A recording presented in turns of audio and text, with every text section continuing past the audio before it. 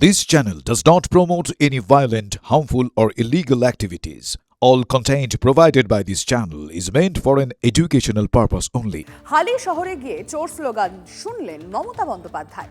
গাড়ি লক্ষ্য করে ছোড়া হলো কাদা জুতো। শনিবার থানার লকআপে এক তৃণমূল কর্মীর মৃত্যুর অভিযোগ ওঠে। আর সেই ঘটনায় রবিবার হালি শহরে যেতেই মমতা কল্যাণ দোলাকে ঘিরে চোর স্লোগান ওঠে, বিক্ষোভও চলে। UEN Jaipur is a perfect target for prospective students aspiring for good jobs, good education with future-ready skills.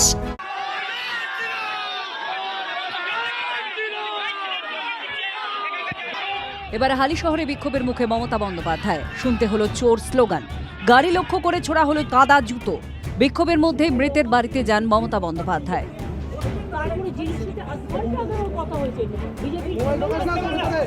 শনিবার হালিশহর থানার লকআপে রহস্য মৃত্যু এক তৃণমূল কংগ্রেসের কর্মীর। মৃতের নাম বীরজু কেওট। তিনি কাঁচরাপাড়া পুরসভার প্রাক্তন কাউন্সিলরের স্বামী। বিজেপি কর্মী সৈকত ভাওয়ালকে খুন সহ একাধিক অভিযোগ ছিল বীরজুর বিরুদ্ধে।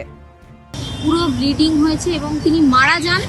ভোরের দিকেই হয়তো এখানে হসপিটালে নিয়ে এসে ওকে আর বডিটা ফেলে রেখে চলে যায়। আমাদের কাউকে কোনো জানানোর প্রয়োজন মনে করে।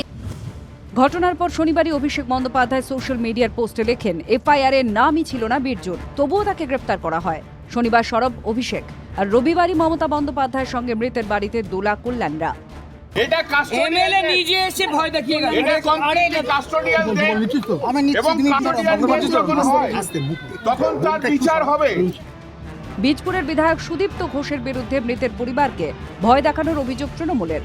যদিও মৃতের ভাই বলছেন তৃণমূল নয়, ভরসা রয়েছে বিধায়কের ওপরই। আমি ওনার সাথে কোনো আশ্বাস চাইনি, কোন দরকার নেই, আমার ভাই তো চলে গেছে। আমি চাইবো আমার লোকাল বিধায়ক আমাকে সাপোর্ট করুক, আমি এইটা পেয়ে যাই, আমি বিচারটা পেয়ে যাই। ফেরার পথেও মমতা বন্দ্যোপাধ্যায়ের গাড়ি ঘিরে রেখেছিলেন নিরাপত্তা রক্ষীরা। বিক্ষোভের নেপথ্যে কারা? বিজেপিকে দুষছেন মমতা বন্দ্যোপাধ্যায়। পাথর মেরেছে, এত ভয় পায় বিজেপি আমাকে।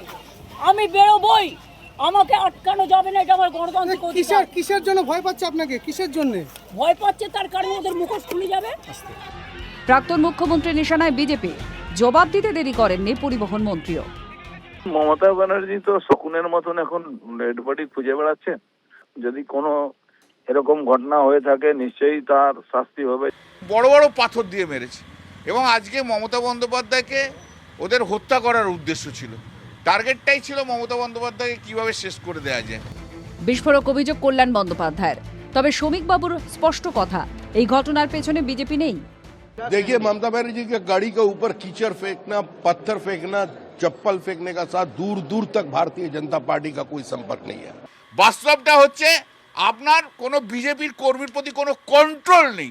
ওরা তো বিজেপিরই ভাই, জয় শ্রীরাম বলে স্লোগান দিচ্ছে। जनता और तृणमूल का लड़ाई है, भारतीय जनता पार्टी इसका समर्थक नहीं है। हम इस घटना की निंदा करते हैं और ऐसा हुआ तो पुलिस है, उसका जो कार्रवाई करना है पुलिस करेगी। লকআপে তৃণমূল কর্মীর রহস্য মৃত্যু, তারপর হালি শহরের পথে হামলার অভিযোগ। রাজ্যের আইন শৃঙ্খলা নিয়ে পুলিশের বিরুদ্ধে সুর চড়িয়েছে তৃণমূল। বিজেপি বলছে পুলিশের তদন্তেই সত্যিটা সামনে আসবে এবং লোকাল সরকার এবং পুলিশই আমাকে বিচার দিতে পারবে। মমতা ব্যানার্জি বিচার দিতে পারবে না, তার বাড়ির লোক বলছে।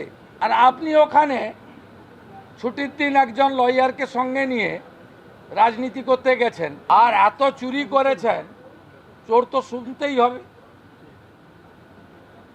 এরপর থেকে কানে ওই আপনার হেলিকপ্টারে চড়লে লাগিয়ে দেয়, ওইগুলো ব্যবহার করুন আপনি, তাহলে চোর শুনতে পারবেন না।